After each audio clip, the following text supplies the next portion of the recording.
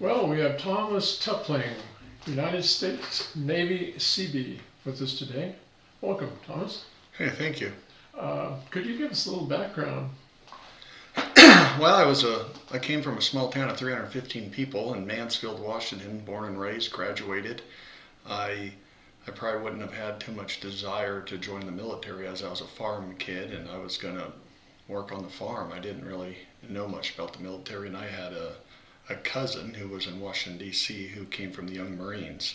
And he was brought out to Mansfield and lived with our families. And he was in the Young Marines, and all he talked about was the Marine Corps and joining the military. And then he kind of got me excited and reading about it. And we were young men, kids, running around dressing in black and getting ready to be these young men wearing camo and fighting for the red, white, and blue, and very Sure. patriotic. And so we did scuba diving and we did rappelling classes, and he wanted to go into the Marine Corps.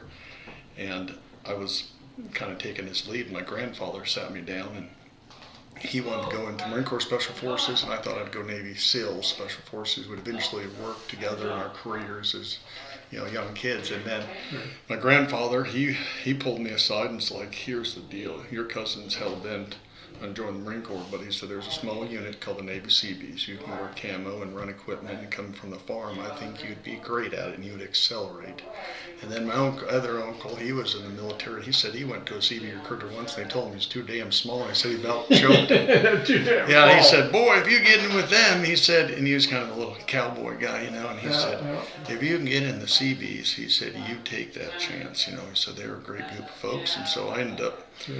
well, it's this part's kind of funny. Me and my buddy in high school were both suspended from school, and we called up the Navy recruiter. And, well, we made him buy us pizza and said that we would join, and we ended up doing the buddy program. Sure. And so we both enlisted. I was a year ahead of him, and I joined the United States Navy and was going to Seabee school, and from there I could transfer. They said in boot camp I could go into the SEALs if I could meet the qualifications, and then I could transfer to be in the Seabees. Well, And what year was that? that was in 2000. Okay. So I actually joined. I signed. Well, that was quite an adventure for a young man coming from a small town of 315 people. I'd never been on a plane, and my free time was lifting straw bales and working the dirt, right? And so, I mean, we ended up going to. So we went up. I went up to MEPS and did my stuff, and off I go on my first commercial airline to Great Lakes, Illinois. And so we got in there to O'Hara, and it was the biggest thunder and lightning storm. Power was out. They loaded us up on the buses and took us into boot camp, and they had other classes waiting to go because the power was out, and so they pretty much just threw us in hoodies, and we had to wait, and that was the start of the naval career. Start of the dream. That was it. Thunder and lightning there was something like I'd never seen. Oh, what time of year was that? Because I've had some other Navy guys that were transferred there in like November and December from like San Diego, and they went like, "Wow, now that was a culture shock. You might as well sent me to Siberia. That place is cold." Yeah, I actually signed my paper on September 11th, 2000, a year before the terrorist attack. And it got a little cold, a little different cold coming off the Great Lakes. And I got out of there, the snowflakes were about the big as your hand, and up to San Diego, or actually Ventura, Port Hueneme. And so then that was a whole nother learning experience. Cool. Now, is that kind of like a Navy, a CB's AIT or advanced training? Yeah, they have. So- There's only a few places that the Seabees have training, but then they have their headquarters. One's Gulfport, Mississippi, and one's Port Hueneme, California. Right. So you usually get out of your school and go right into a battalion. But luckily enough for me, I was distinguished graduate and honor graduate. So I had a little bit of running here and there coming from a small town trying to deal with the masses, but I ended up, I enjoyed A school, and a lot of it was the mechanical and going through the standard procedures of new military school. Sure. And then I ended up getting honor graduate and distinguished graduate, so I got both positions. So I got promoted to E2, and I got to pick my next duty station.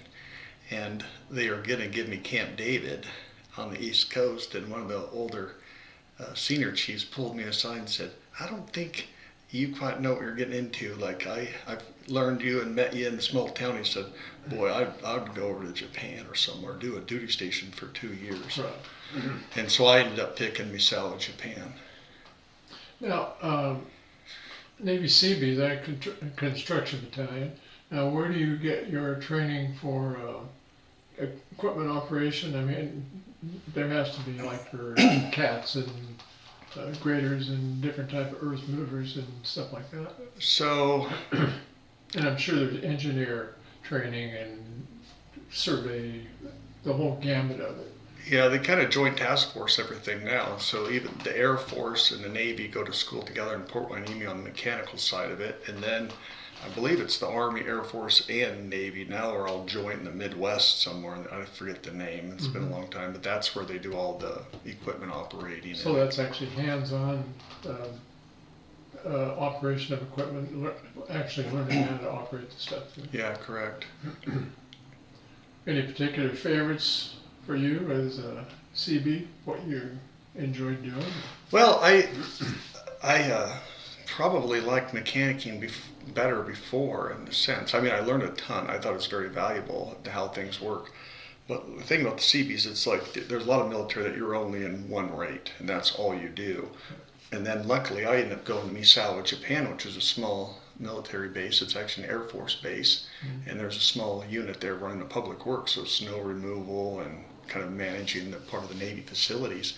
And so I hardly ever turned a wrench. There wasn't even really mechanical. I was more on the snow team, and then they had some Japanese locals that worked with us in the wood shop, and we did a lot of projects, but I wasn't, so I was very diversified as to getting bus license and equipment on license, and so I did a lot more operating, and I did welding, and I did some woodwork, and we did a lot of different things. And That's nice to have a diverse type thing. You're doing different stuff all the time. That keeps it interesting.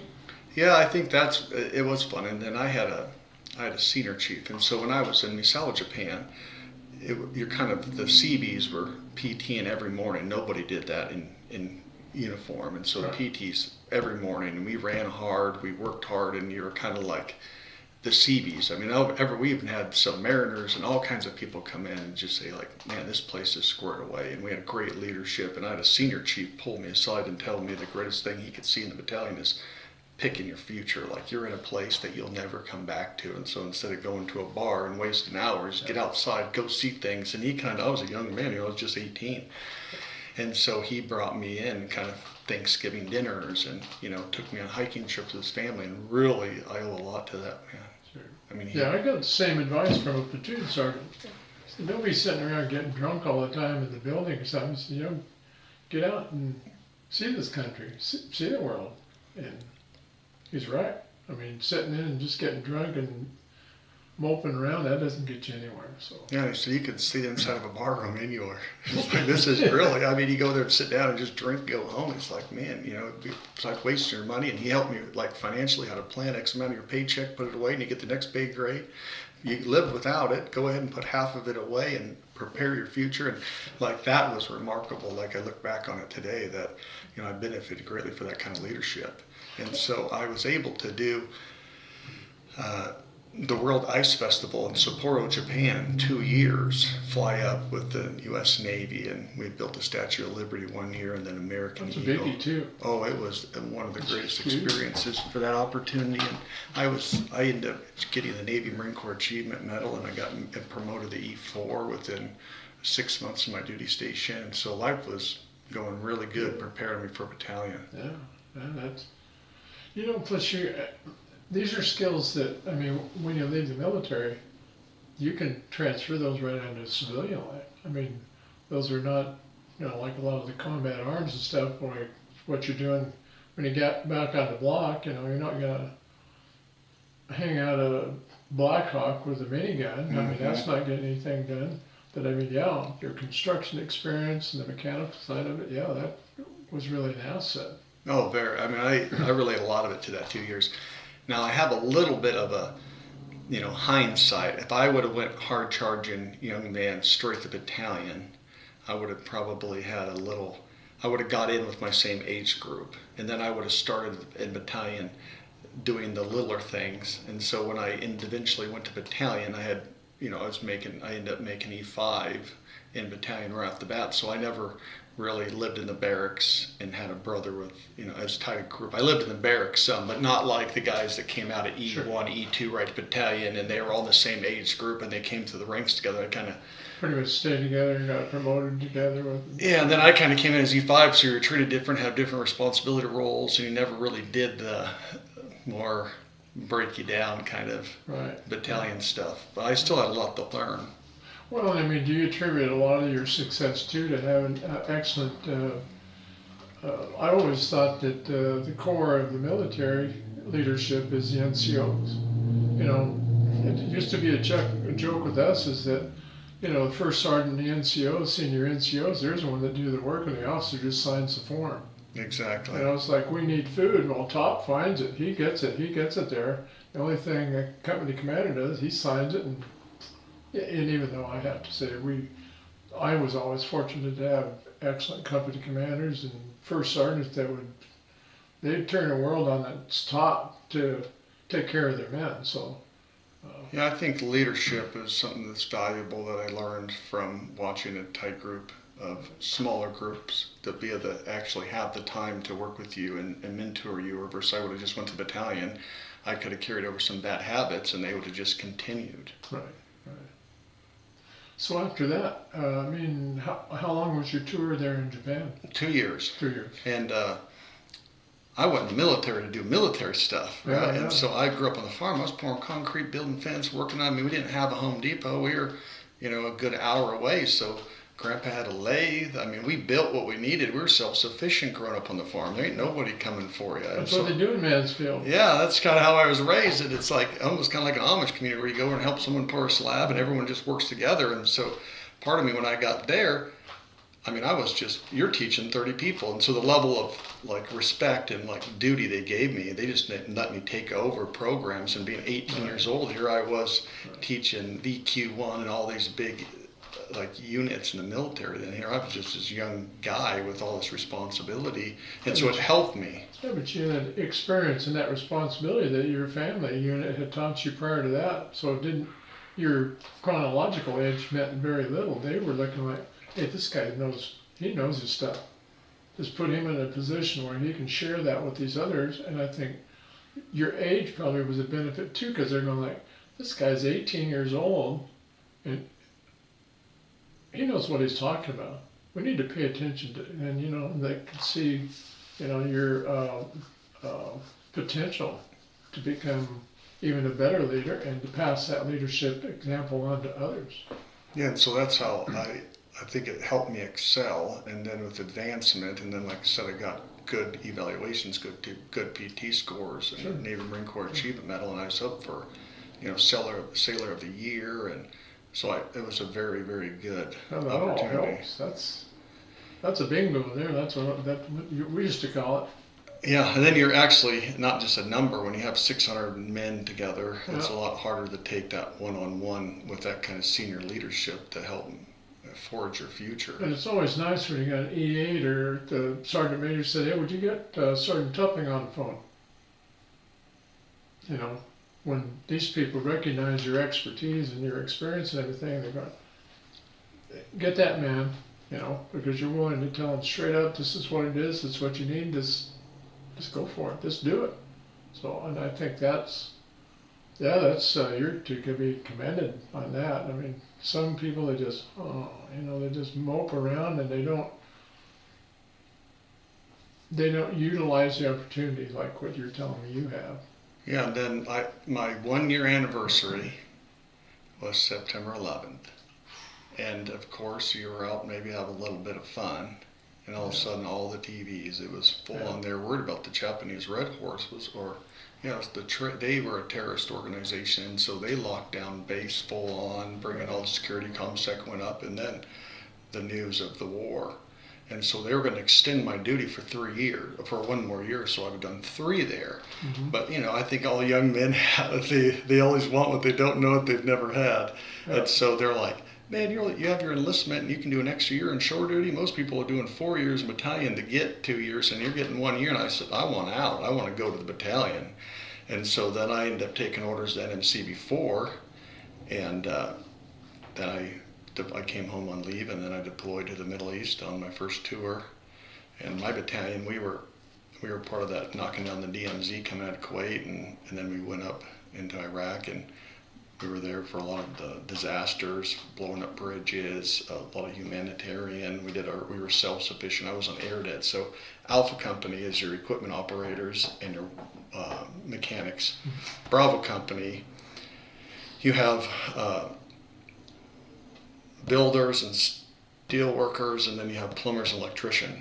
So you have Alpha Bravo, yeah, vice versa. And then you have AirDet. AirDet was a special unit that can fly anywhere and be self-sufficient. So we would do our training up at Fort Hunter Liggett, all of our live fire and our field exercises, and then I would go over to 29 Palms and we'd do joint exercises and train. And then so I got into AirDet, and then I didn't really get that grade. I would have went straight to Alpha Company. I would have been an Alpha dog. I would have known all those people, but I came from Japan to battalion, then I went to AirDet.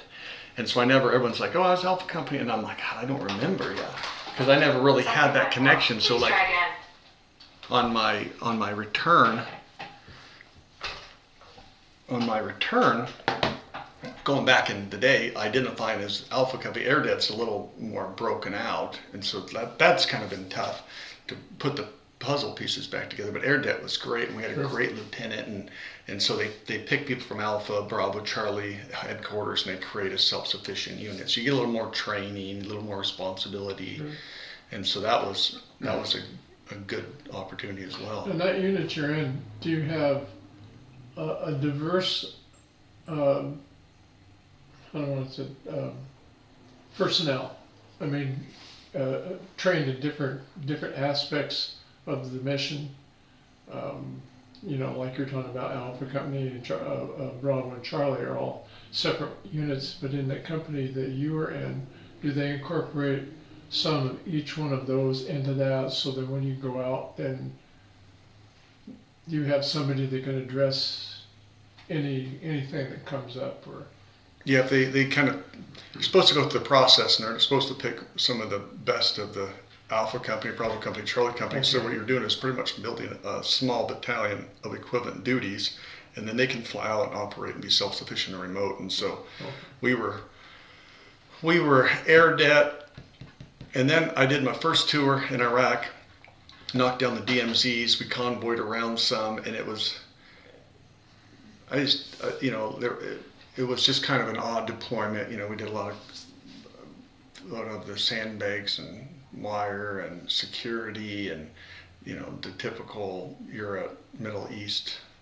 kind of. And so that was, that was heck. U.S. troops were in Baghdad in no time, and there wasn't much resistance. I felt my first tour in Iraq was probably the easiest in the sense. But yeah, you didn't have showers, and food sucked, and you never came back to camp, and there was no Starbucks or coffee or food or any of those amenities, right? They were a little behind. And then we just ran into equipment issues where all the U.S. military equipment was really based on the old Vietnam War, and everything was jungle, and you couldn't see very far. And so, we were running old equipment that was, overheating, and they had to put the hardening kits. And so a lot of that next phase is when the whole war effort, I think, changed. Like, that's when I think all the surgency came in, and then I came back from my first duty, and then I did Homeport, California. We did all of our field exercise, Fort Hunter Liggett, and 29 Palms and live fires, and we'd get certified on Mark 19, 203 grenade launchers, the 50s, and we'd go out and, I was a young kid that had more guns than most, and I just loved shooting. After a couple of those, I was kind of almost worn out. Butterfly triggers on the 50 and brass burning in your own. It's like, the 50's not like shooting a 30-06 deer rifle. Yeah, exactly. You're just like, how much more you're getting blisters on your fingers just smoking rounds. And of course, you're young, and here I'm in battalion, and they're like, oh, we got X amount of 10,000 rounds someone needs to blow. And it's like, nobody's volunteering, and here's the guys step up. And then we got to clean them, and it's like, man, maybe this wasn't worth it, But those were pretty good field exercises, and we ended up having, a lot of joint task force, and that was kind of where I think it must have been coming down from higher up, saying if it ain't joint task force, it ain't going through. As they started uniting a bunch of us, and so the second deployment you're a little older, so now I was 18 when I went to Japan, and I turned 21 over in theater. It's your old man by now. Yeah, and your perspective changes with age too. Sure. And Oh, so, absolutely. going back to my cousin who got me into the military idea, he was in Ramadi, and I was in Camp Fallujah, and so we redeployed over to theater. How was that? So that was 2004, and so he was killed in combat in 2004, August 17th, and that was a game changer. We had casualties in our battalion on the second tour, just because the IEDs were coming out of the woodwork and all this new warfare, and they're setting up temperature timers, and I mean secretly. And growing up in the farm, I had a little different perspective than the kid that came from inner city who'd never been around things. Just simple stuff like I wouldn't do that, and I would do this, and like I'm a hunter, and so I'm trying to think now you're kind of being hunted. And I always thought, man, they got it made on that side. If we're shaving, we're roboted, we have all this discipline, we have all this high-end equipment, and they're over there using cell phone bombs, and the military's robotic. And so you go on field exercise, you're getting your ear chewed if you're not within X amount of feet from each other, and you're following the lead truck, and they can see it from space. Like, wow, is that like a robot? Oh no, it's all vehicles. And then the Hajis were picking up on it, saying, oh, they're all in the same distance. We can just throw a bomb on the guardrail front and back, and then we can lock them in and shoot them up, right? And so it was just amazing to see the changes the U.S. military made to, like, I want you to look like a bag of crap, So we were slinking and back and forth, like everything you learn, throw it out, and that's the dynamics of warfare. And so then, so I ended up being air det, and then we got into theater. They had a tactical movement team.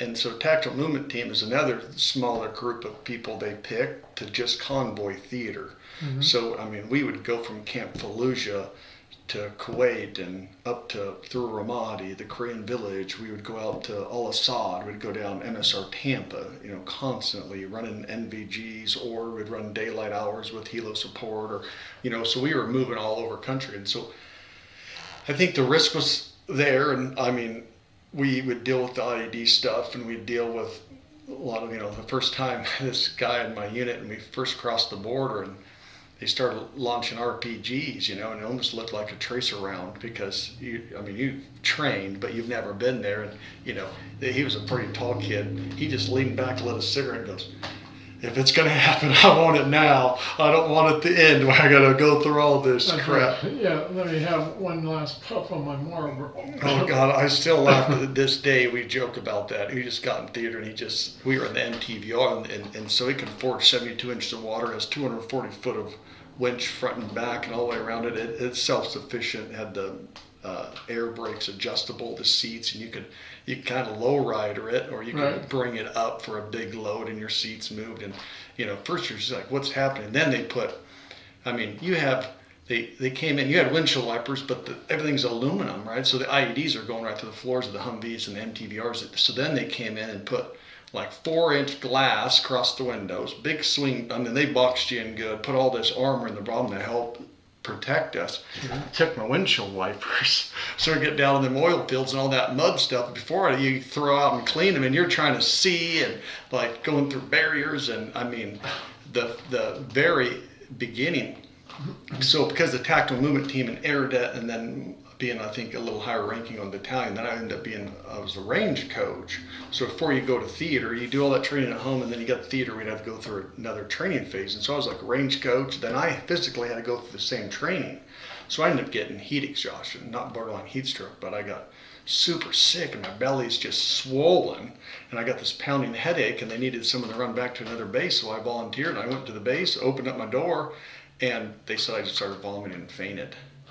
And so the next thing you know, I wake up in the clinic with IVs in my arm, and I always say it was like a thermometer in my rear, like, where am I? And they're like, oh, you're blacked out, because even then you had to be checked at security, even though it was an unmarked U.S. military vehicle. And so that's when I learned a lot about staying hydrated and drinking the proper. So I had never eaten, because I had to train and then go through it, train, then go through it. So I never ate or drank anything with electrolytes, so I had an imbalance. And so, that was and it was, that's a big difference from the States over there with the temperature. Super hot. Oh, all the time. Yeah, it's just like living in a sauna. Yeah. But so yeah, we did that deployment, and we our mission was there's a lot of the bridges that were out. We'd go in and they'd build bridges, and then we did a lot of like in the city of Fallujah, they had the elections they tried to do. We did Korean Village, and we'd bring all the big dozers in and clearing streets or all the bodies that we'd have to, people were running them over. They'd doze them all out and work with the government to bag them and bury them. And we built, some of the units built schools and then worked on some training with the local Iraqis. I pretty much just I was running I was the driver, I had a gunner, was Matt Ducky, and then I had Chico was my A driver, and so we'd kind of rotate out, and then we were the big truck, so an MTVR, so we had usually the Mark 19 on top, and so when you're convoying and they had a lot of different rules of engagement change over there, worse than like your ex-wife's like mentality, right? Just back and forth, like you can't do this. If it moves, shoot it. If it, you know what I mean? They're just, you could blow half a city up, then you couldn't litter. And they're just trying to balance this, the politics of war, which you just don't grasp when you're younger. Yeah. And as you age, you get older, and you start thinking, there's a reason why you can't join at 30. You're 18, do this. You're like, heck yeah, I'm a patriotic, wearing camo, fighting for red, white, and blue. And the older you kind of get, you're kind of like, maybe I don't want to do that, because you get a little older and wiser, I think. But I had. Did you have EOD with you guys when you went out to do your work to? Yeah, they were clearing or they were on call. And they were pretty maxed out. There's a lot of land out there to cross. Yeah. But yeah, EOD could come in and do blast, or we'd have to find different routes, or we'd run NVGs. Kind of just like when you were talking about the bridges and stuff, if they would come over and check that out a little bit before you move your equipment and stuff in, or whether you guys did it yourself. So. Yeah, there was EOD units on the main routes, right, and some of our sites are rockets that were bombing and that didn't go off, but a lot of it's self-sufficient food, equipment, security, and then there was quite a few incidences where just being a farm boy kicked in, where it's like people freaking out and they just cut out a battery, or things get hit and things are disastrous, and you just kind of go back to what you were raised doing. And if it was a combine, we just do this, man. We can't be down for hours. We got to get back out and cut wheat. Yeah, exactly. Like time is money, right? You got to move. That's right. And this is the AirDet deal. And we were at Homeport in training before this deployment, and I think it's kind of a funny one. So the United States Navy has a rank and a rate, and it's called information communication. So it's IC. Mm-hmm. And a second class would say IC2. So that would be how people address you. Well, I somehow got into this communication class with officers and chiefs, E7s, and I was an E5, and they got me in this class. Well, I took the class, and I got two tests on top of each other. And so, as a funny, I put, CM2 Tupling, Seabee Combat Warfare Qualified, blah, blah, blah, and I took my test. Well, I had that second test, and that was kind of a jokester, and it was kind of tough in the service on some, because I like to have a good time, and some people don't like it. And so then I took that second test score, and I wrote IC2, Seabee Combat Warfare, Balls, John. And it was pretty low-key fun, right? Thinking a lot of guys in the service have good sense of humors. Well, the instructor gets up and says, oh, we have two top scores of the class.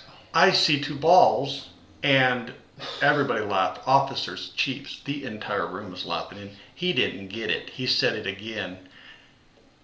And they probably laughed again. Oh, gosh. And he turned beet red and said, whoever did this, you're going to fail your class. Like, you're going to get in trouble. And so at that time, I always did the right thing. Even, maybe someone would have stayed quiet, and I just said, hey, I did that. And they said, well, then you're getting kicked out of class. And if you get kicked out of class at Homeport, sometimes you have to do 30 days on restriction. Like, it's a big deal. You don't get kicked out of class. Oh.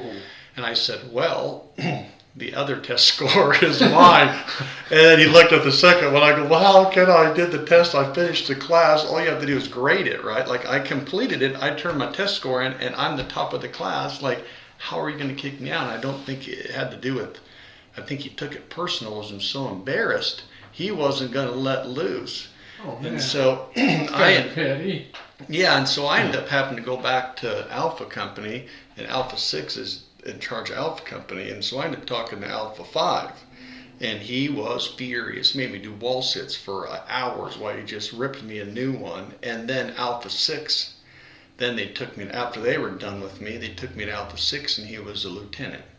And he said, close that door. And he said, I got to tell you, this is the funniest thing I ever heard in my military career. He's like, they don't have a sense of humor, but he goes, you took the test, you're the top of your class, and you pulled a little funny, disrespectful to that guy. He goes, I don't care what we have to do.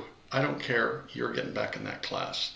I see 2 balls is coming again. Yeah, and he laughed. I mean, and so the reason I'm telling is because of this Alpha. And so, of course, I went in front of the whole class and told them how communication is the most important part of the battalion. You can't do nothing without communication. Absolutely. And I made a mistake doing that it wasn't the right time. And I sort of embarrassed them, and then they let me go. And I never had it was a done deal.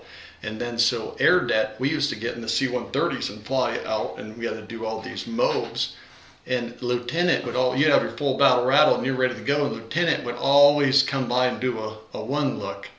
And lieutenant would always come to my feet and do like he did to everybody. And he'd always come to my feet and say, CM2, you see anything, C2 of anything this morning? I go, ball, sir. And Roger, he loved that joke until I got out of the service. We could still joke. Huh? He still likes that joke, but boy. And who knows, when he got out of the service, he probably just followed him through his life. Yeah, he still laughs about that joke. Well, so then now, this same air det unit, and I'm tactical movement team. Well, this lieutenant, so I did things that just being a country boy is what made my career better. And so then they were going to create this. It's like a guardian angel, and so you're going to be like an offensive defensive tool. And so instead of, if you have a big project going on and you have all your equipment and they're building a bridge or something, you have security set up, but most of those guys would just start shooting at you or launching rockets, right? And so then the big guns are trying to figure out where they're coming from, right? You have the cruiser weapons set up on your perimeter.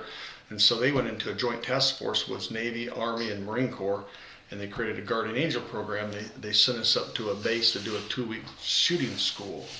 And so I ended up getting picked for that. And my commander, he said, absolutely not Tupling. And they said, if anybody in this battalion that you could trust to make a decision and speak their mind, who would it be? Yeah.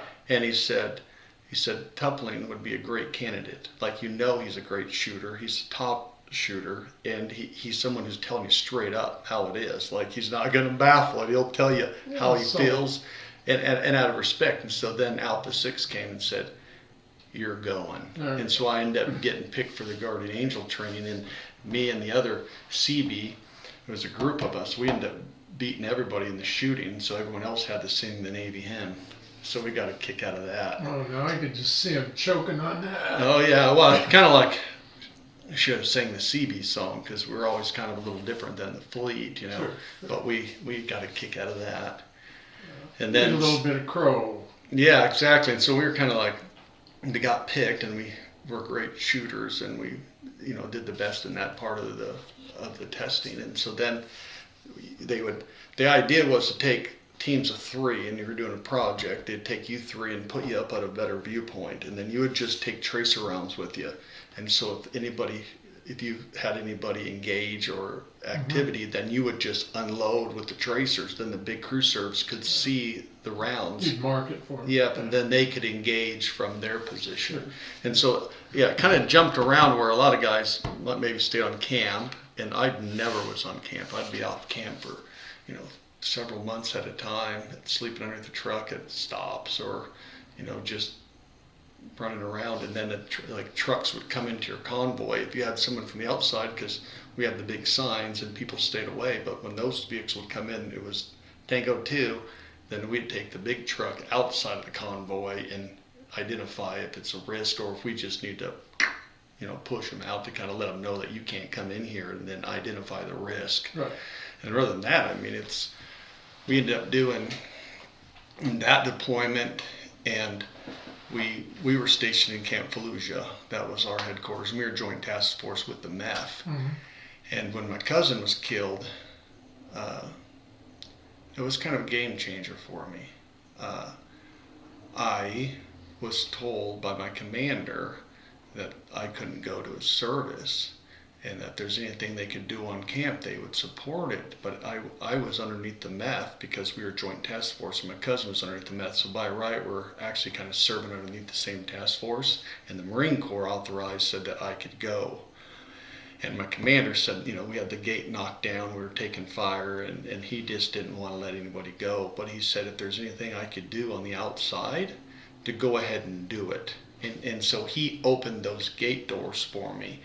And I never even thought about being able to go home initially, because it's like, here we are to do the job, and we were like brothers, and it was a pretty emotional time because we were just right close to each other in theater, and we always kept trying to meet up, and he was a lot of times on the sides of the highways and stuff, and we never were able to be at the same place at the same time. So I'm always looking for him and trying to find him, but he didn't have this social media and phones and all this stuff nowadays, so it was writing letters or trying to meet up. Old school. Yeah, and so that was a real bummer. And so I called my aunt, and she happened to know Rear Admiral Owens, and he said if his commander gave him permission to reach out, I'll help. And I said, yeah, he said it.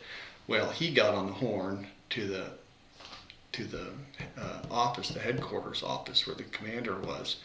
And nobody saw that red phone ring. And that day, that thing rang. And I've always been disappointed. They took my firearm and they let me have it in the most biased, like unethical means of leadership I've seen in my life. Like, I think he took it personal. Like, he's made a stance and I trumped him with higher leadership. And the things he said and his behavior on that, it's always left a bad taste in my mouth, because it was him who gave me the permission. He just didn't think I could, right? And so I'm naturally going to do it because he was like a brother to me. I mean, we did everything together, and this whole military idea was his, really, because he loved totally unacceptable behavior on the senior staff. Oh, it was ruthless. And then I left his office and had two like E8s pick me up, take me to the helicopter, and I went straight to Kuwait, and I was flying home, and I made it to my cousin's service. Was pretty important. And so then at that time I was married, and the casualty rates were increasing in theater, and things weren't going great, and we were up in Fallujah convoying all over, and it just pretty hot area. Yeah. And so I was married, and my wife wanted me to stay home, and they said that farmer's law, there was some deal where you could stay out, and they were gonna work with me leaving the service, right? And I'm like, absolutely no. That's impossible. I had a fire team. I had men that I trained with. I went to their houses. Their parents hugged me and cried. And wanted you to make, and I'm like, I know them better than anybody, right? Like, you couldn't leave. Right. And so at that time, it was, well, you pick. And I thought, I was in the service before. Right. And I was a man of my commitment. And at that time, it's like, I'm going back. I have to, right? And then I arrived that night. We took some more casualties from indirect fire, and and the guys came back, and it's like, you couldn't do that. Like, I thought I could never live myself if I did something so horrible. If I had someone I trusted, put all that faith in, and they just bailed on me. Yeah, I'm like, the rest of my life that will haunt me. Yeah. Like, I knew at that point I had to make a decision that was best for my commitment. That's a decision that a man of honor makes. If you're looking out for your skin and not your brother's and all the people you serve with, well, yeah, you would have stayed home, but you're not that type of person. Yeah, you just couldn't. You gotta rock up. You gotta stand with your brothers, thick and thin, and those guys are like, "What? Holy shit! I would have taken that in a heartbeat." They're all looking at you like, "What is wrong with you, brother?" This crappy place. Why would anyone want to come back? And it's like, and that would have been my last. I think that was right. Would have been my deployment in home port. I would be getting out fairly soon. I think I didn't have much time, but in knowing that history repeats itself in the sense of beating yourself up for not doing the right thing, not with the unknown of maybe not even coming home, right? It's like that was the right thing to do for me Sure. with my moral compass. And so, yeah, we went back to theater, and they had the old commander had a bullseye on me, and he was going The to get, same guy. yeah, Okay. he was going to get even. And things got a little rough, and I was still trying to go to Bud's. I was still trying, they wouldn't let me go because the war kicked off, and I had to do this, and I had to do that, and all I wanted to do was get to Bud's. Right. And I thought, man, if you could just get me in that door, I will go. You know, like I won't quit. I'll freaking give it everything I have. And they couldn't release me because my rate wasn't flooded, and then the war, and then the Seabee mission, and then I was still working out like crazy and trying to, get that route. And then after this incident, I'm like, I think I'm going to do my 6 and be gone, right? Because that was a pretty snaky move, to leave in a man's mouth. Oh, man. And so we convoyed the hell. I forgot how many miles I put on that MTVR with NVGs and full, just convoying throughout theater.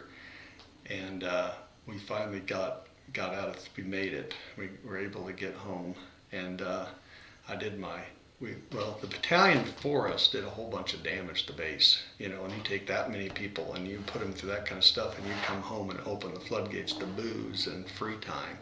It wasn't a good scenario. Right.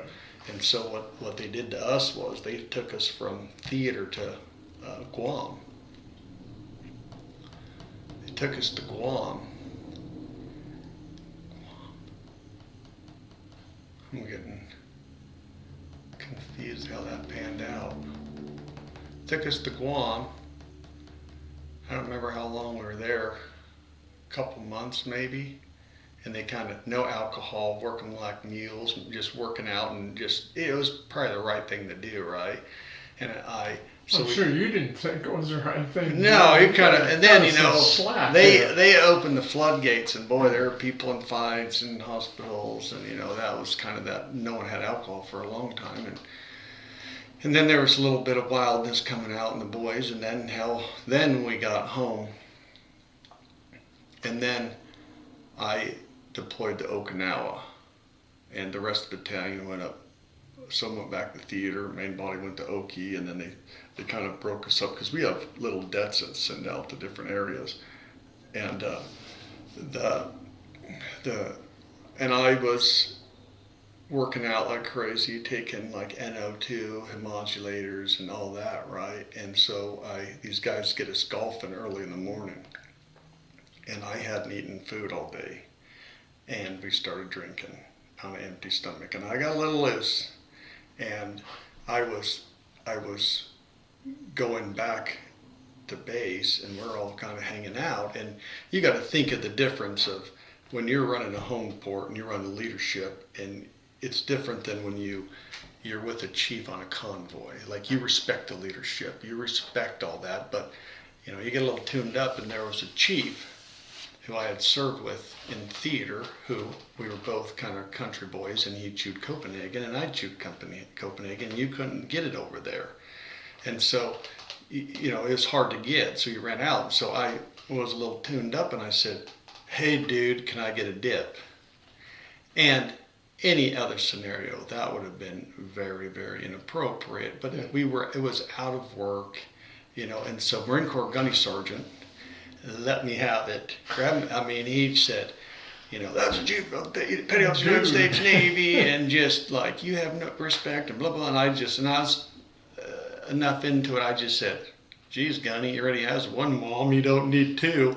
Well, he didn't take lightly to that. Oh boy, that was gas on the fire. Yeah, and then the E6 grabbed me and kind of got rowdy, and I kind of said, geez, Gunny has a mom too, folks. Like, why are we getting so crazy? I just want a little Copenhagen, I just couldn't believe it getting exploding like this. Yeah. And then I ended up going back to my room. A little chew, man. Yeah, that's all it was. Like, hey, dude. And it wasn't just any man in uniform. We were just, doing our thing. And we had served a lot over there. And so I go back to Alpha Company, and they say, oh boy, prepare for rough seas. The commander wants you. And this chief was a good man. A lot of them were. Now, this commander, is he the same guy that reamed you before? So this is my Alpha company. Alpha company really liked me. The commander was the head cheese of the whole battalion, okay. and he's the one that kind of had it out for me. And Okay. and this is just they say prepare for rough seas, and he's like, and he kind of told me straight up. He's like, I don't know what it is. This is bizarre. Like the commander wants you. And I'm like, I know what this is about, Yeah, you know. yeah.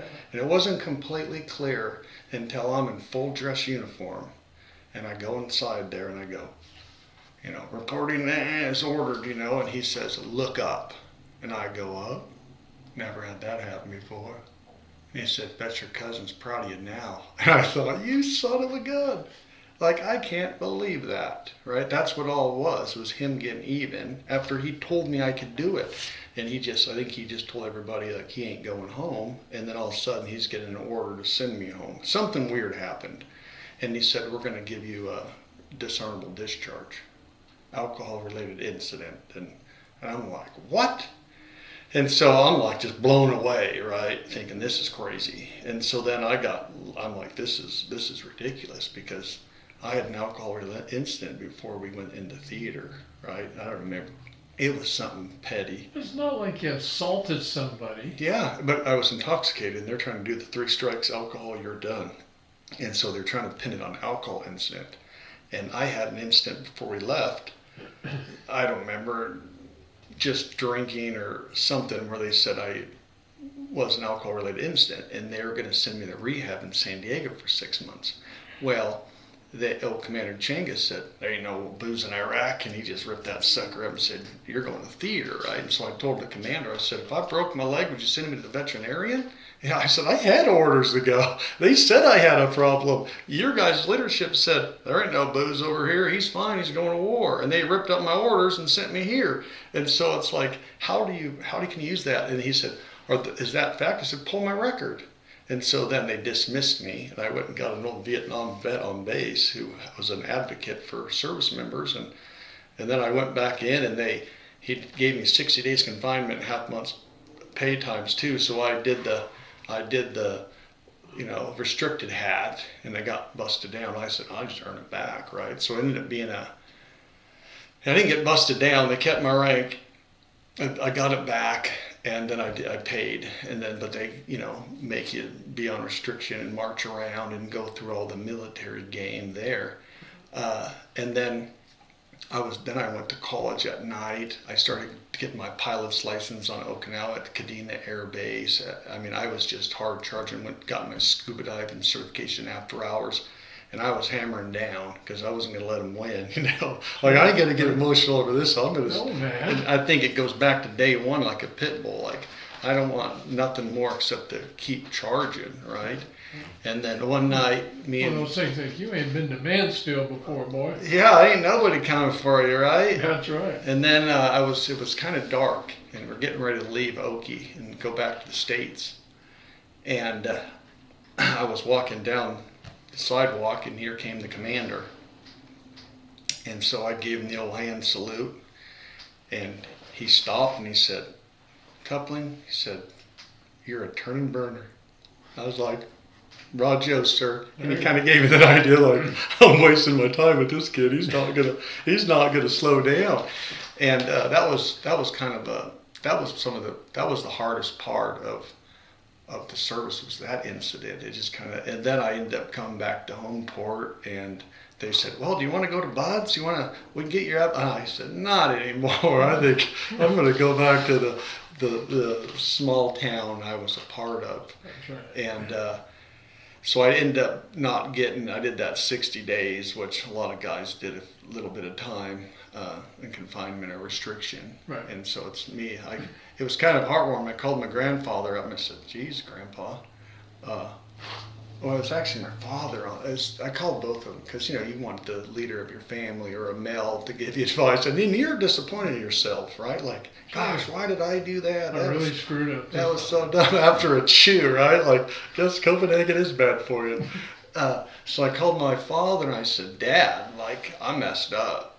Like, I'm going to do 60 days on restriction. And I'm thinking, geez, why did you do it? And all this. And Dad says, hell with them, they can't take a joke. He said, you mess up, you pay for your crime. He said, just keep going. Yeah, Big there you whoop, everyone has a mistake. He said, you just get in there, do what you're told, There and you work harder. And so that really was a little heartwarming. Like, yeah, I made a mistake. I'm going to pay for my sins, and we're just going to keep charging. I mean, some dads would say, I knew that tobacco was going to get you in trouble somehow. Yeah, exactly. Come on now. Yeah.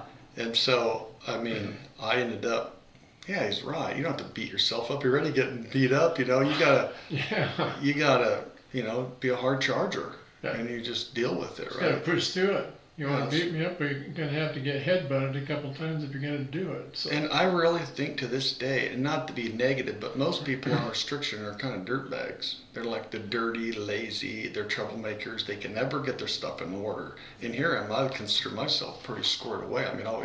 I have tons of people that I serve with, even now, people that are, E8s messaging me saying, oh, I was an E2. She's like, you worked the hardest, you had the best looking uniform, and if you'd grab them up and help somebody, like you always would drop down or drop up. If they needed you to jump up, responsibility, I did it. But if we had to get something done, I had never had not my job mentality. I mean, and Anything I think, to get the job accomplished. yeah, I never had a role. I would do anything, right? And I think that's the farmer way, right? You don't have an HVAC specialist, you don't have a gun. You have a job, you do it. You could be doing anything. Well, I'd say a lot of your military career, from what it sounds like, you drew on your family upbringing and working on the farm and living in a town, the situation you were there at Mansfield and everything, you used that to your benefit so many different times. Oh, I wouldn't have been the same person today if I didn't grow up in that environment. Yeah, your moral character, your work ethic, all these things. And some of these other people, I hate to say it, they ain't got a clue.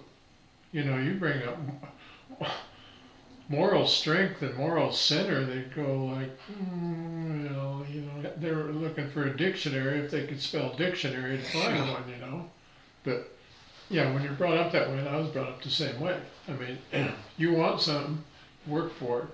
Yeah, that's how I'm raising my kids. No freebie. Yeah, my grandpa told me when I was a young man. He said, freedom's a lot like money. He said, I give you $20, you go out there and blow it on garbage. Now, if I make you work your ear off for $5 an hour, now you have 4 hours invested in that $20 bill. And now when you go to buy something, you ain't using U.S. currency. You're looking at that shirt. $20, that worth 4 hours? Yeah. So you changed that, and he said, it's a lot like freedom. Nobody values freedom like somebody who's actually fought for it. Right. That earning, a lot like money. And so those two analogies with freedom and money, That's right. it really puts like things in, context for me. And that was also, a driver why I wanted to serve my country, is that I'm a patriot. I grew up in a small town where everyone's a big family. And now I go to my tour, when I first went to California, that was a little eye-opener.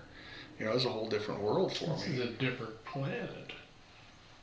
Yeah, I know. I'm just born and raised here, and when I went to basic training over in Fort Lewis, I thought, wow, this is something different. I'd never been around that, and then you're around guys who are from Chicago and New York, and they're going like, you're from where?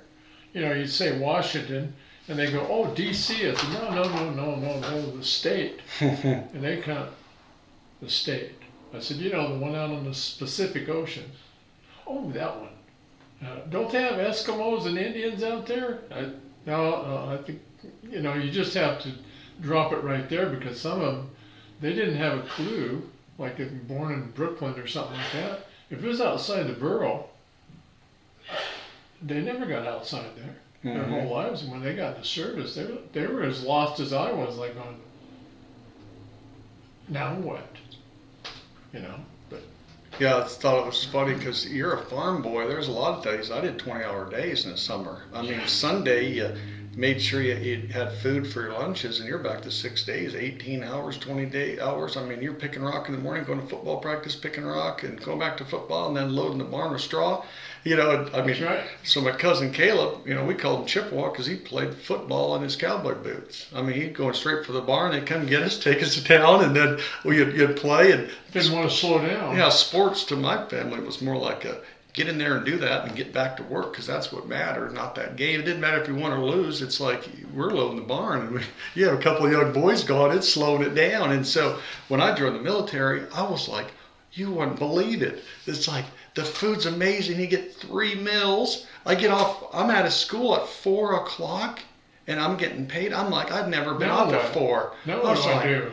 holy cow! What do you know? I just never done it. I mean, usually I'm filling up. It's dark at 4 in the tractor, and you're getting back home about 10. And now I'm off at 4. I'm making a good wage for coming from a small town, thinking, boy, this ain't too bad. Plus you're getting all that training, and you're getting all these different places, and you know.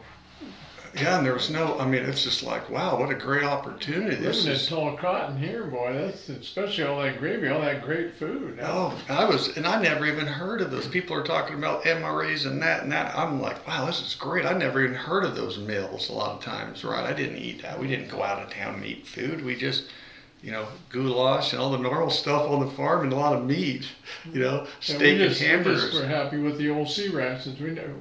We're so far back, and we're lucky we didn't eat K rations out of the Second World War.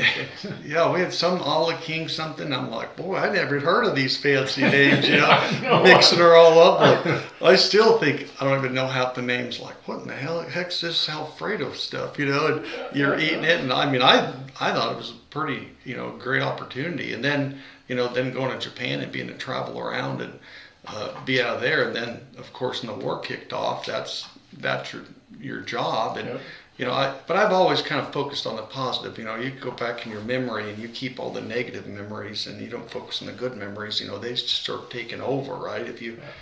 And so like, I look back on my military service, not the horrible incidents as those,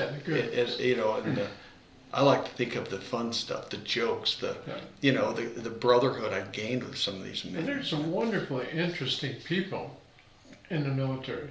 I mean, that's what I always enjoyed, is that we had, and a lot of our people were draftees and stuff, so they had no choice, but they were from all over the country, Alabama, New York, Maine, California, New Mexico.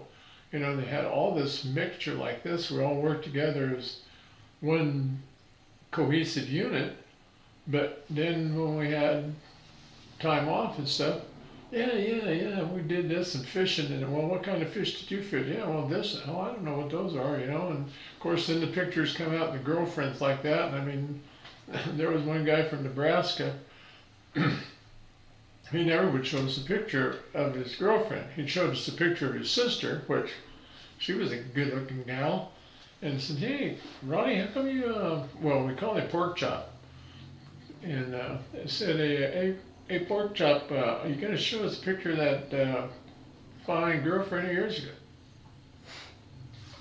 Yeah, well, after about 6-8 months, he got a couple beers and everything. Come on, man, everybody showed the girl. All right, fine. So he reaches in his wallet, he throws the picture out there, and it's a milk cow. And everybody shook their heads and said, we don't want to hear the story. Take the picture back, and we will never ask again. Yeah. And there was nothing ever said about it, And what was it? I think it was probably the day before he left ETS. He come in and he showed us a picture of his girlfriend. Wow, what a looker! He says, I knew it. I just playing with you city boys. He said, all of us country boys, we always keep a picture of our favorite cow. He said, I just threw that out there, and of course everybody had been drinking. He said, you ought to have seen your face. He says, all your face is like, holy mackerel, we don't want, that's way too much information. No. So, yeah, that's cool.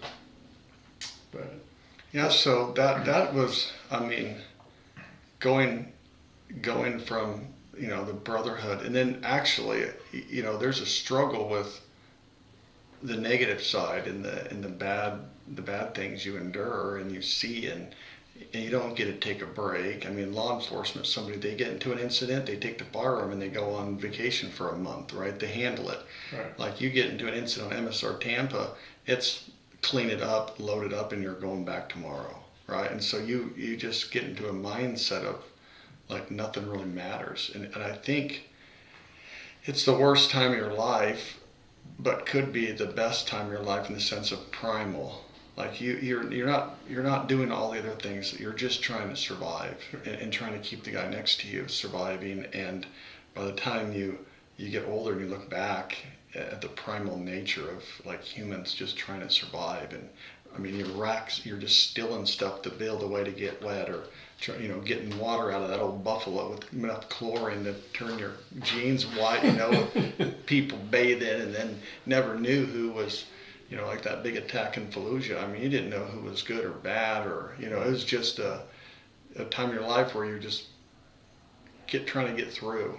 And then you get older, and then, your whole perspective, with more wisdom than education, you just start to see how things, if you could go back, all the old timers say, boy, if I could go back and know what I know today, and you're thinking, oh, I know, all of us do it. Yeah. And then you're like, gosh, they were so right, and so. Well, when you get the time and you're able to pull back and look at the whole picture, and when you're involved, you're so focused, like you said, on surviving day to day, that you're not seeing that 360-degree three-dimensional picture around you. But then when you get older, and of course you get a few years on you, and you're saying, well, things that you didn't understand before, go, oh yeah, okay, I get it. Next. I get it. Now I see how all those things start fitting together like a puzzle. Like, okay, that's why that. Oh, okay. Yeah, and then not too many young men are enduring that kind of stuff. There's just no other job or profession that Right. it just becomes. But then there's a lot of party, I think, when you're younger too, that whole mentality of 18, and you have that G.I. Joe and Rambo thoughts pattern, and boy, you're going to get out there and make a difference. And it's kind of like a team. Like, you could be the best, but if your unit ain't the best, like, you got to look out for each other, and that's for, trying to be a family and looking out for everybody. And so I'm grateful for my time in the service.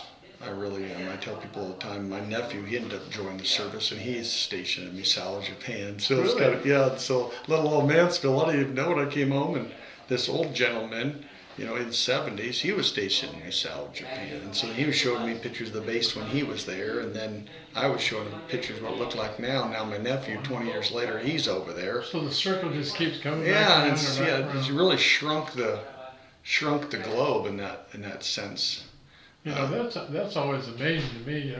People and families, they talk about that. Yeah, well, I was there, and then 20 years later, like my boy was there, and then 20 years later, his boy just came back from there. Going like, this just it. Yeah, the world is smaller than what we think. Oh, and everyone, connected through somebody, and I think that was, the military. It teaches you a lot of things, and so I see a lot of kids nowadays. It's comfort, right? And comfort kills. You just do what you're used to, and I mean, I don't think anybody doesn't look at themselves in boot camp and think, "You idiot! What were you What have thinking?" I got myself into? Your friends are in college or working. They got the house next door and having a few beers and doing all the things are fun. But most people, I don't think would.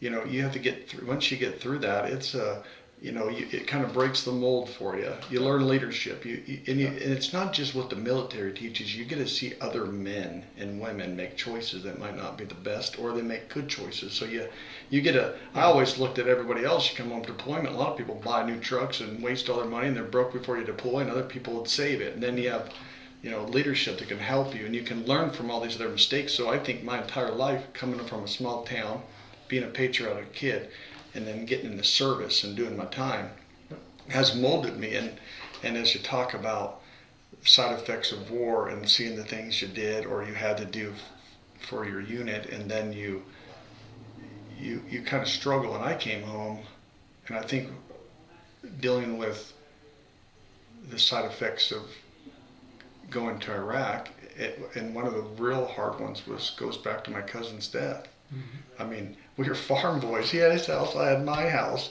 and you're tinkering and building stuff, and then I had to go through all of his possessions and clean out his room with his aunt and uncle, and then a lot of the rappelling stuff we had and diving stuff we did, and a lot of things that they gave to me, and then it's like if I lived in a bigger city or something, it might have been a little different, that approach. But I kept thinking, him going through my stuff, like very likely he could have been going through my belongings. Like what the heck was he building here? Or, and that was, going through that change with my commander and like going through it. That was hard. And then, and I think a lot of people get isolated in those memories. You focus on the negative, the bad stuff, and not the good stuff, and it starts eating you up. And like even I came home, I had never been anywhere that long. I was in Iraq as an adult longer, 2 deployments for that long. I had jumped around, and so it almost like you felt comfortable with your family, like your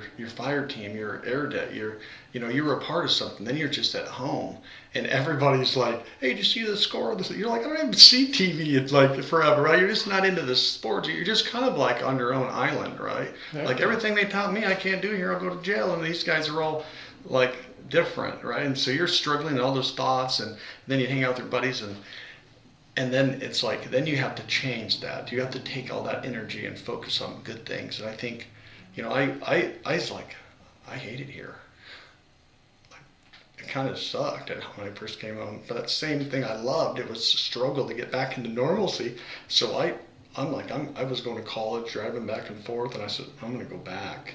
And of course, they're like, no, you don't go back. It's like, I just feel more like you're a part of something, like, and then like you're just kind of doing your job. So I ended up taking a hitch going back over as a private contractor for a hitch, and get caught up financially and take that risk. But now, you're turning 21, and then you're 24, or it's 22, and then at 24 you're a little older, you're a little wiser, you're kind of like, boy, this has changed. And it did.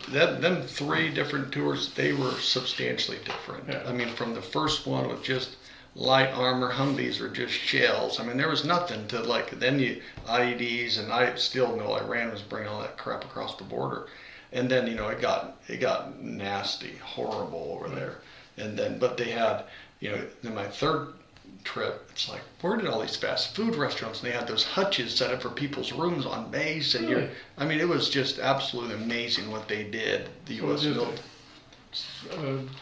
Transition each time you went. Yeah, big time. Then since I convoyed, I was all over theater, so I wasn't. A lot of those guys were just stuck on maybe a base, or they're in a fob, or they were doing different jobs. And since I convoyed all over theater, I got to see those. Like, wow, this thing has changed dramatically. The increase of quality of life and stuff of people on bases. But it's just that it goes back to the wisdom of just living. At 18 versus 24. Yeah. You're kind of like, I don't know. Just progressing on that life's journey. Yeah. And so, then I ended up, when I got out, I went to college and kind of bounced around with what I want to do with my life. And, I think as people grow, a lot of people you see nowadays are selfish, right? They're all about their own personal gratitude, and like they buy a new fancy car they can't afford, but it looks cool and people like it for a month, and then it's just an old car, right? And so like we all chase things. And I think I was on tons of meds for pain and different injuries I sustained, and they screw with you.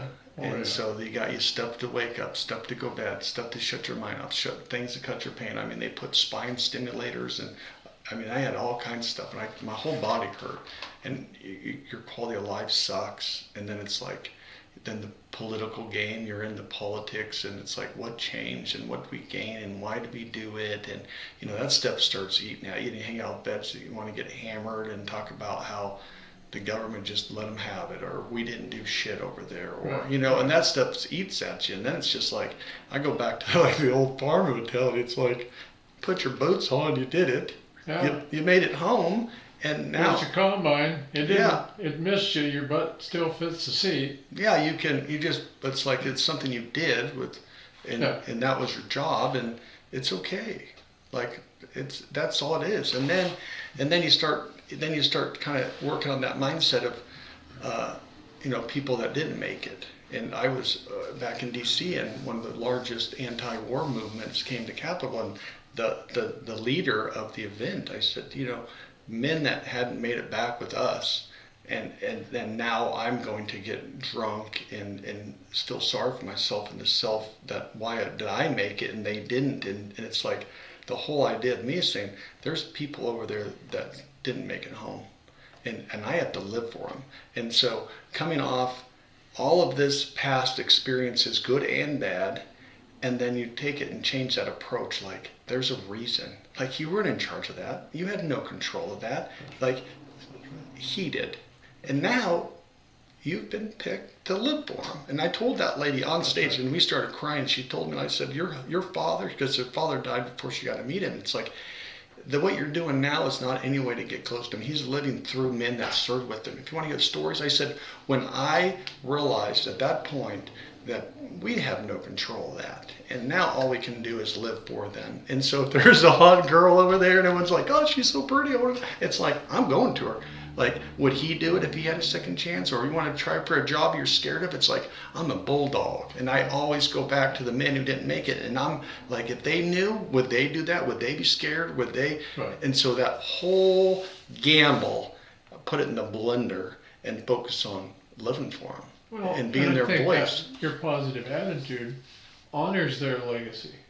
It doesn't diminish it. I mean, if you just became a drunk and hid out in isolation, I had a guy tell me one time, he says, there's two differences. You have isolation, you have solitude. He says, isolation is a prison that your mind creates.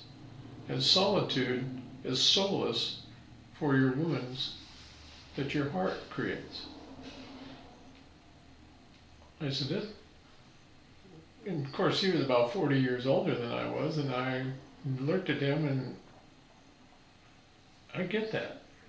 He says, well, as young as you are, he said, that speaks to your mother and your father and your growing up, because he said, you're probably 1 in 100 your age that do get it. And then he was speaking to the point that, you know, when you lose people like that you care about and everything, and if you let it, like you're talking about, if you let it affect you negatively, it becomes a weight, it becomes that monkey on your back that just keeps pounding you down every step you take. That's not good for you. It does not honor your memory to them or their legacy. But when you stand up and you're strong, you honor their legacy, and you live, like you said, you live through them. You see a challenge or something like that, and you think to yourself, what would they do? They wouldn't back down from it. They'd lower their head and go forward. Keep going. Can do. You know? That's right. Get No after mission it. too difficult. No sacrifice too great. Duty first. And I just, I'm totally of the same mindset you are. And this has been a wonderful conversation, Thomas. I'm just blessed. I feel kind of guilty that we live so close together. I mean, in the communities, I've heard your name, your family's name before like that. We've never been able to sit down and hope in the future, man, we can sit down and have a good chat or something. You know, come out and see you at Mansfield. You come into Hootieville there and talk with me, and yeah, it's great. I'm just really pleased that you came in, made time to come in today with us. Yeah, I was grateful, and you said, heard the name Waterville. Your boy, you don't, you get up there on I call it the people of the plateau. You got a connection. Yeah. But I mean, I think Tony's played a crucial role in helping me when I was I didn't do anything when I left. I'm kind of like, the heck with them, like close the book, and then I'm gonna be on my own, right? And then dealing with a lot of the physical injuries and some of that stuff.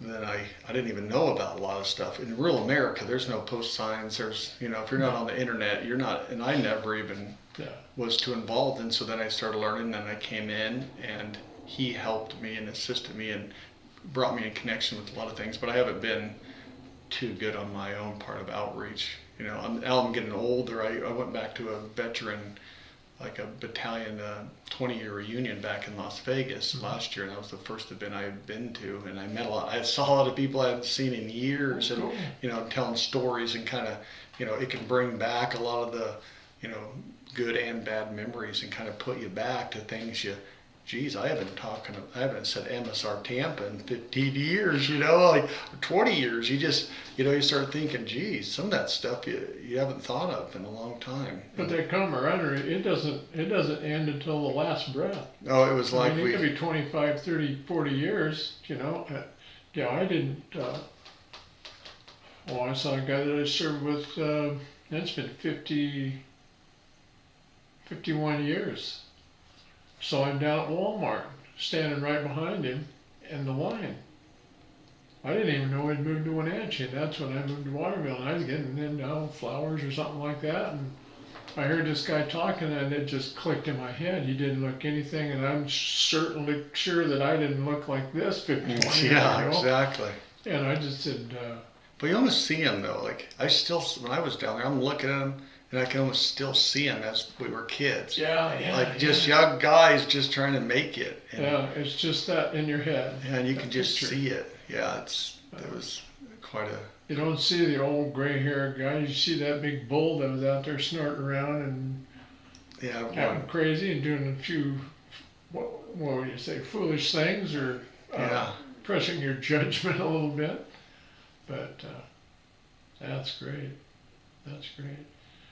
Was there anything else you'd like to talk about? Boy, if this has just been. Well, I went to college and I worked with Tony, and I got some resources to help, and like my mentality of working for yourself in this world of like selfishness, right? Of personal items that we're just going to give away to someone when we pass. And so I think your mind, if you let it idle, it can kind of direct you in a path that you're not necessarily. So my joke is always, when you talk to yourself, who's listening, right? And that's weird. I mean, you're sitting there having a conversation, like, who is that, right? Like, and how are they giving you advice if you're only talking to yourself, right? And so I think, I didn't like vacationing, and I didn't like sitting still. You go up to a nice place for a week, and the second day it's like, I got to get out of here. I got to go do something, because then it was, that was still my inability to process or to like accept or go through those files, right? They're just kind of there, and then you don't do anything, and so. People are like, what's wrong with him? And it's like, I just hate it. I got to go do something. So, just things that keep my mind busy. And now, at my age, I'm 43. I went on the city council and a planning commission, and I work for the sewer district. Have a full-time job, and I have been an advocate for trails and doing like veteran suicide marches, and gaining funds to help other veterans. And I'm in the process now of building it. I've built 9 miles of a trail from Mansfield, working my way to the Columbia River. It's all been kind of purchased to connect in a trail by Douglas. Really? That old railroad tracks. Oh yeah. I've been on that. I've been on that one day with a couple of rattlesnakes. Yeah, the lower one's down in Douglas Creek. BLM bought that, and so now we're trying to. And it started, which is interesting, for the veterans. So in March, Tel Valhalla does that suicide awareness rucksack, and I hiked it, and I made almost $6,000 in donations, and I fell in love with that old train tracks. And so now I've been out there with the tractor, pushing them all in and making the trail after it's been put into a fund. I'll tell you, if you're out there and you're doing some of that work, or they have one of those get-togethers like that, let me know so I can come out and maybe videotape some of it. Oh, I've made it. Right now, it's just me.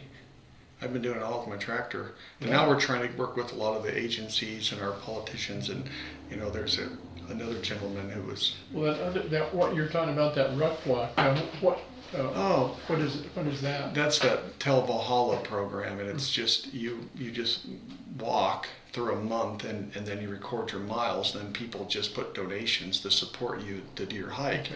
And I was thinking, where am I going to go in March in Mansfield? Like, that's a bad, you can't go up in the Champmans, you couldn't do anything, right? It's not quite spring in March at Waterville. Yeah, and so I thought, what a better way to do it than a train. A train built the plateau. All the people came on the train. It hauled the grain. It built the wood that built the communities. And then when they were done with it, they just kicked her to the side and let her grow up, and then it was forgotten. And I'm like, nothing better than a veteran. You always pay forward, and then you come back for help, right? And so you already do your service. And I thought, man, there's a lot of people, it's like veterans that are have issues, and then they're coming back. And I thought, what a great example, right, of a veteran. And so I did the hike in a little documentary along my ways, looking at some of that old rusty bolts and things that were one day so big and so proud, and the rumbling of the plateau. And I fell in love with it, the trail. And that's why I've been working on it for a decade, because it's the railroad tracks. Right. And so that's where we end up getting it through trail purchased to make this. And I'm trying to get a group of people to do that veteran suicide walk in March. Now, how can people get involved with this? I mean, are there address or contact people or information that they can contact people to get involved with this, and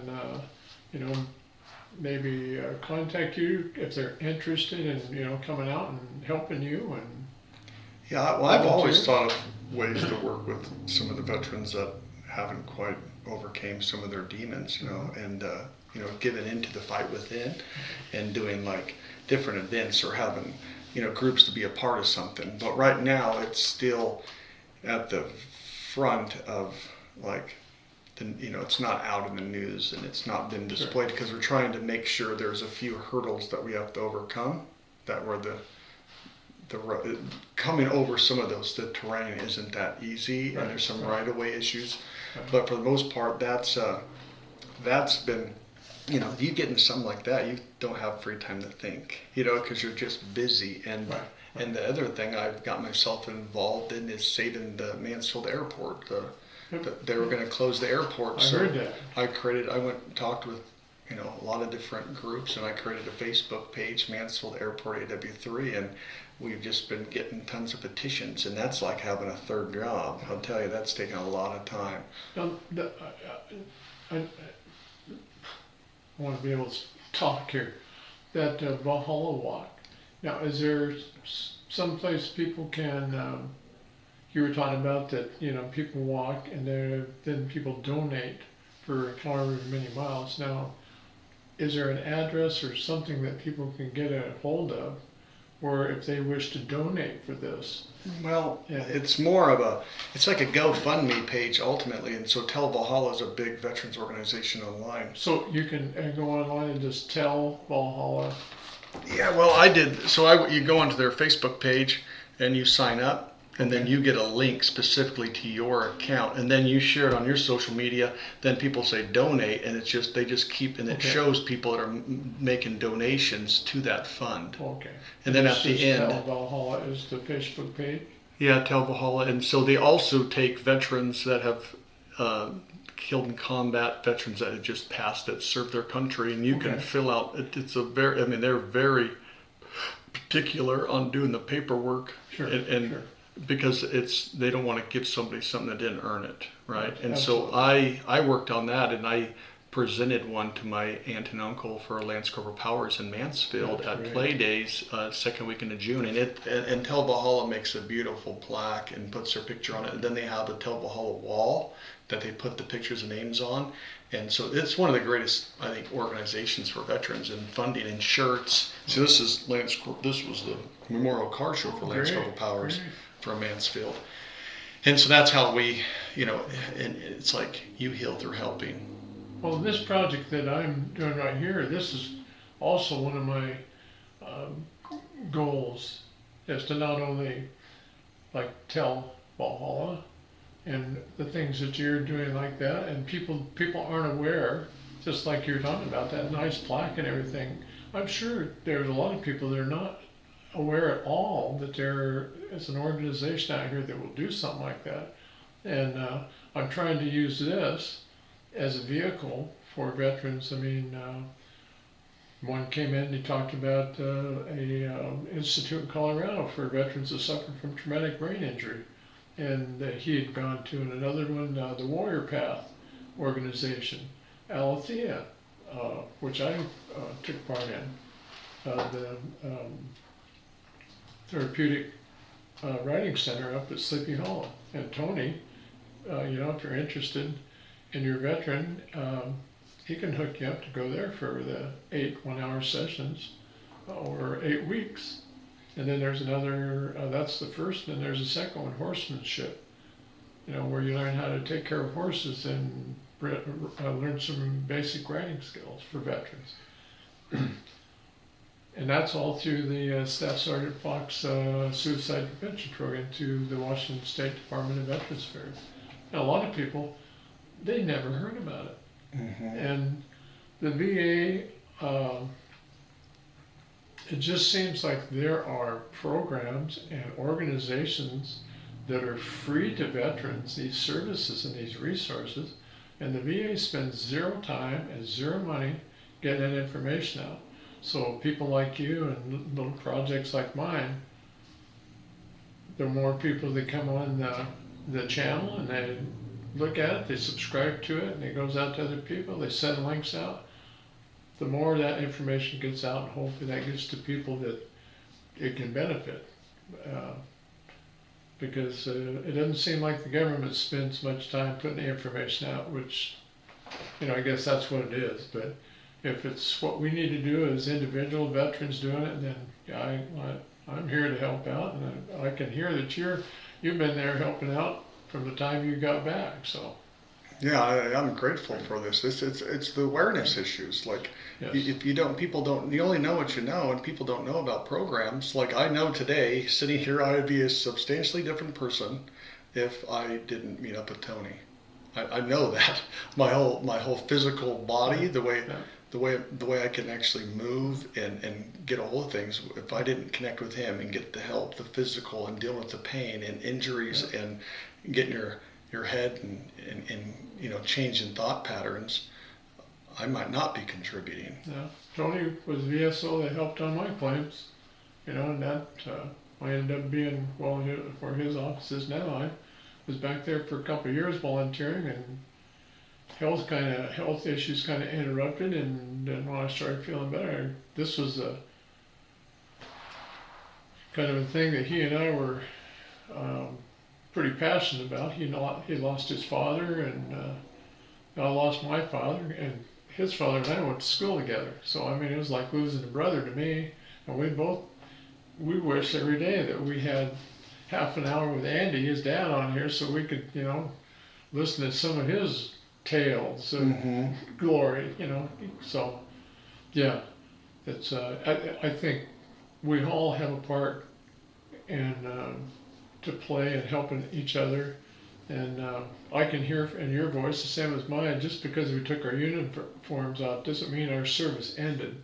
And we continue to serve our communities and our country and our fellow veterans every single day. So.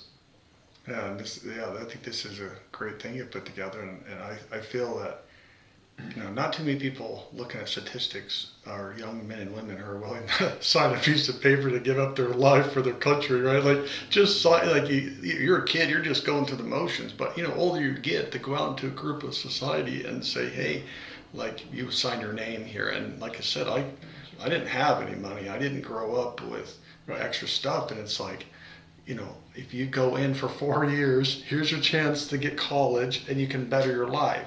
And then you come home and you do all that stuff, and then everyone else is getting college for free. You're a little angry, right?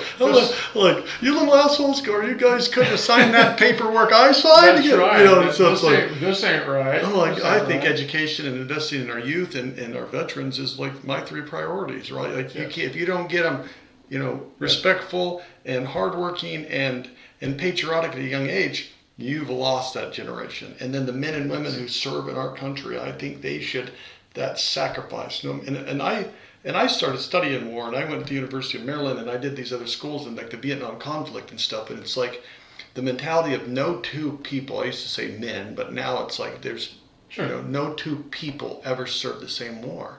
And you start thinking about that. You're all there for a different reason. You all signed for a different reason. Some people are just running. Some people need a lifeline. Some people just want to get out of their town. Everybody joined for a different reason. Everyone's fighting a different war. Somebody's looking for a home. Yeah. Some of the guys that I served with, they said, I've never been so happy. Even on the worst days of their lives, they're going, this is great, man. Like you said, I got food in my belly, I got clothes in my back, and I got shoes on my feet. Yes. Just basic gratitude and thankfulness for life. Yeah. and that's why, yeah, veterans will always be, not just because I served, but it helps you understand it. That's right. But I always want to, I make a point to take my children every time I see a veteran with any kind of emblem. I take them in Walmart and I say, hey, this is my kids, and we talk, and I tell them thank you, and there's all this different analogies now of thank you for your service, well, I didn't serve, or welcome home, or I just never got into any of that crap. I mean, someone says, hey, thank you for your service, they don't know what they're saying. They just want to do there's 1,000 people. I could carry an American flag down the street and 1,000 people would walk right by you and not say a word. So if someone tells me thanks for your service, I'm not going to get all whacked out of it. I'm not going to twist their words or take it personal. I mean, to me, they're acknowledging it. And so I always like to, reach out to people that went in before me, show them that and let them feel that what they did, we're grateful for them. And thanks for putting your name on that paper. I mean, that took courage. Absolutely. And I don't think people ever think of that. No. Even when some of our own do horrible things, and it puts you in a bad spot, it's like, at some time in his or her life, they were willing to sacrifice for America. And so you bet it, I fly American flag as high as I can. And I was at an event, and young kids, they get to sit down, the American flag's up, or no, not my kid, boy, you're going to stand here, you're going to learn respect to that flag, and I think that's important. Well, and I volunteered there at Waterville School for 5-6 years, helping the first graders through third with their reading skills. And every morning, just like when I was in school in the 50s, Pledge of Allegiance, stand, face the flag, put your hand over your heart, and say. And it just brought a tear to my eye every single time. I mean, first graders, and even some of the little kindergartners, when I started doing the kindergartners, they were having a challenge at it, but they were very respectful of it, and you could see in their faces and in their voices, they knew what they were talking about. They knew what these, and I'm sure people say, oh, it's just a kindergarten kid. If they have proper upbringing and they have parents that care, they know exactly what those words mean. And that, I agree with you. There is no better time than today to sit down with your children and educate them to what your country is and what it means and what patriotism and what service means. And, there's several times, I have to say, I was speaking with, it was on Veterans Day, and it was third grade class. One of the little boys stood up and he said, I have something to say. Because I asked the kids, any comments? And I said, yeah, what do you have to share? He goes, I know that people pick up arms and serve in armed services and serve our country. But there's a lot of other things that you can do for your country that does not involve carrying a gun. And being a good and kind person is one of them. I'll tell you, it was all I could do not to start just bawling like a kid, because he said that from his heart, and all those little kids, they started clapping because it was like, yes, that's kind and courteous. That is serving your community, your country, and your fellow man. Some mama and daddy need to get called on the phone and brought in here and patted on the back and said, whatever you're doing, keep it up.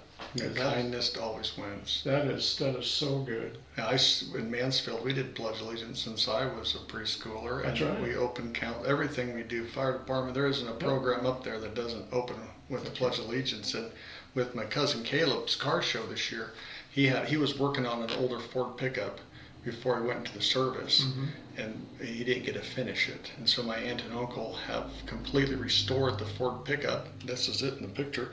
And they put a Marine Corps logo on the seat, and we have his dog tags hanging down, and we got those plaques and stuff that we put on it when they take it to shows to, keep. Does it ever come to the Waterville car show? They go around quite a bit. They went up to the Quilts of Valor, I think a couple weekends ago in Okanagan, and it's to keep Astoria alive. Sure. And this year, a young lady that's out of Waterville, she sang the national anthem, out of the back of that truck. And you talk about patriotic, and he looked at me. I mean, it's just like, wow. Wow. Like just, and then Mansfield has flags like every 12 feet apart all down Main Street. There must be 100 of them. I mean, there's fire department, the downtown, all those flags, and then they put them 12 feet apart down the sidewalks. So it's just all patriotism. And here is his truck, and she is singing. It was one of those, like you said, that kid Wow. that you know he'd be proud. You can't say nothing. I mean, your heart's up in your throat. You can't say nothing because you just, Yeah. yeah, that's it. Hey, I'm so glad that you came in today. What a wonderful experience for me, and it's just been a true blessing having this conversation with you. No, thank you. It's an honor. And